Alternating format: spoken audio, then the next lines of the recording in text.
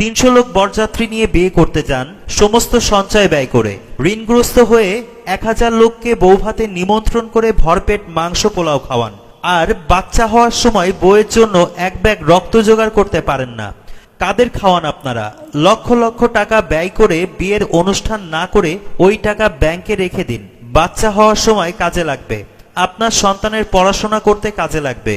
বিশ্বাস করুন, আপনার শিশু, আপনার স্ত্রী অসুস্থ হলে কোনো আত্মীয় স্বজন আপনাকে টাকা ধার দেবে না।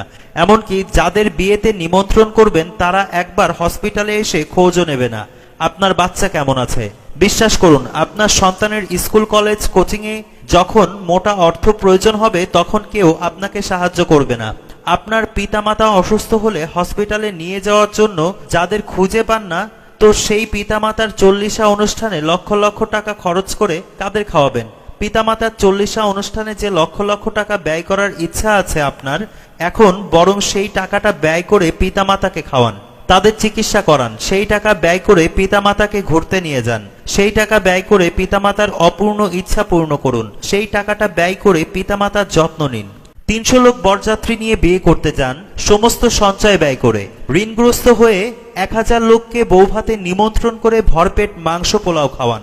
আর বাচ্চা হওয়ার সময় বউয়ের জন্য এক ব্যাগ রক্ত জোগাড় করতে পারেন না। কাদের খাওয়ান আপনারা? লক্ষ লক্ষ টাকা ব্যয় করে বিয়ের অনুষ্ঠান না করে ওই টাকা ব্যাংকে রেখে দিন। বাচ্চা হওয়ার সময় কাজে লাগবে, আপনার সন্তানের পড়াশোনা করতে কাজে লাগবে। বিশ্বাস করুন, আপনার শিশু, আপনার স্ত্রী অসুস্থ হলে কোনো আত্মীয় স্বজন আপনাকে টাকা ধার দেবে না। এমনকি যাদের বিয়েতে নিমন্ত্রণ করবেন তারা একবার হসপিটালে এসে খোঁজও নেবে না আপনার বাচ্চা কেমন আছে। বিশ্বাস করুন, আপনার সন্তানের স্কুল কলেজ কোচিংয়ে যখন মোটা অর্থ প্রয়োজন হবে তখন কেউ আপনাকে সাহায্য করবে না। আপনার পিতামাতা অসুস্থ হলে হসপিটালে নিয়ে যাওয়ার জন্য যাদের খুঁজে পান না, তো সেই পিতামাতার 40 অনুষ্ঠানে লক্ষ লক্ষ টাকা খরচ করে কাদের খাওয়াবেন? পিতামাতার 40 অনুষ্ঠানে যে লক্ষ লক্ষ টাকা ব্যয় করার ইচ্ছা আছে আপনার, এখন বরং সেই টাকাটা ব্যয় করে পিতামাতাকে খাওয়ান, তাদের চিকিৎসা করান। সেই টাকা ব্যয় করে পিতামাতাকে ঘুরতে নিয়ে যান। সেই টাকা ব্যয় করে পিতামাতার অপূর্ণ ইচ্ছা পূর্ণ করুন। সেই টাকাটা ব্যয় করে পিতামাতার যত্ন নিন। 300 লোক বরযাত্রী নিয়ে বিয়ে করতে যান সমস্ত সঞ্চয় ব্যয় করে। ঋণগ্রস্ত হয়ে 1000 লোককে বৌভাতে নিমন্ত্রণ করে ভরপেট মাংস পোলাও খাওয়ান।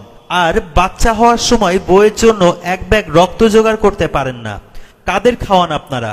লক্ষ লক্ষ টাকা ব্যয় করে বিয়ের অনুষ্ঠান না করে ওই টাকা ব্যাংকে রেখে দিন। বাচ্চা হওয়ার সময় কাজে লাগবে, আপনার সন্তানের পড়াশোনা করতে কাজে লাগবে। বিশ্বাস করুন, আপনার শিশু, আপনার স্ত্রী অসুস্থ হলে কোনো আত্মীয় স্বজন আপনাকে টাকা ধার দেবে না।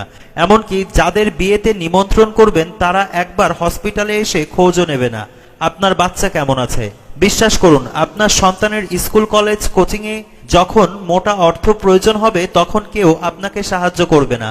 আপনার পিতামাতা অসুস্থ হলে হসপিটালে নিয়ে যাওয়ার জন্য যাদের খুঁজে পান না, তো সেই পিতামাতার 40 অনুষ্ঠানে লক্ষ লক্ষ টাকা খরচ করে কাদের খাওয়াবেন? পিতামাতার 40 অনুষ্ঠানে যে লক্ষ লক্ষ টাকা ব্যয় করার ইচ্ছা আছে আপনার, এখন বরং সেই টাকাটা ব্যয় করে পিতামাতাকে খাওয়ান, তাদের চিকিৎসা করান। সেই টাকা ব্যয় করে পিতামাতাকে ঘুরতে নিয়ে যান। সেই টাকা ব্যয় করে পিতামাতার অপূর্ণ ইচ্ছা পূর্ণ করুন। সেই টাকাটা ব্যয় করে পিতামাতার যত্ন নিন।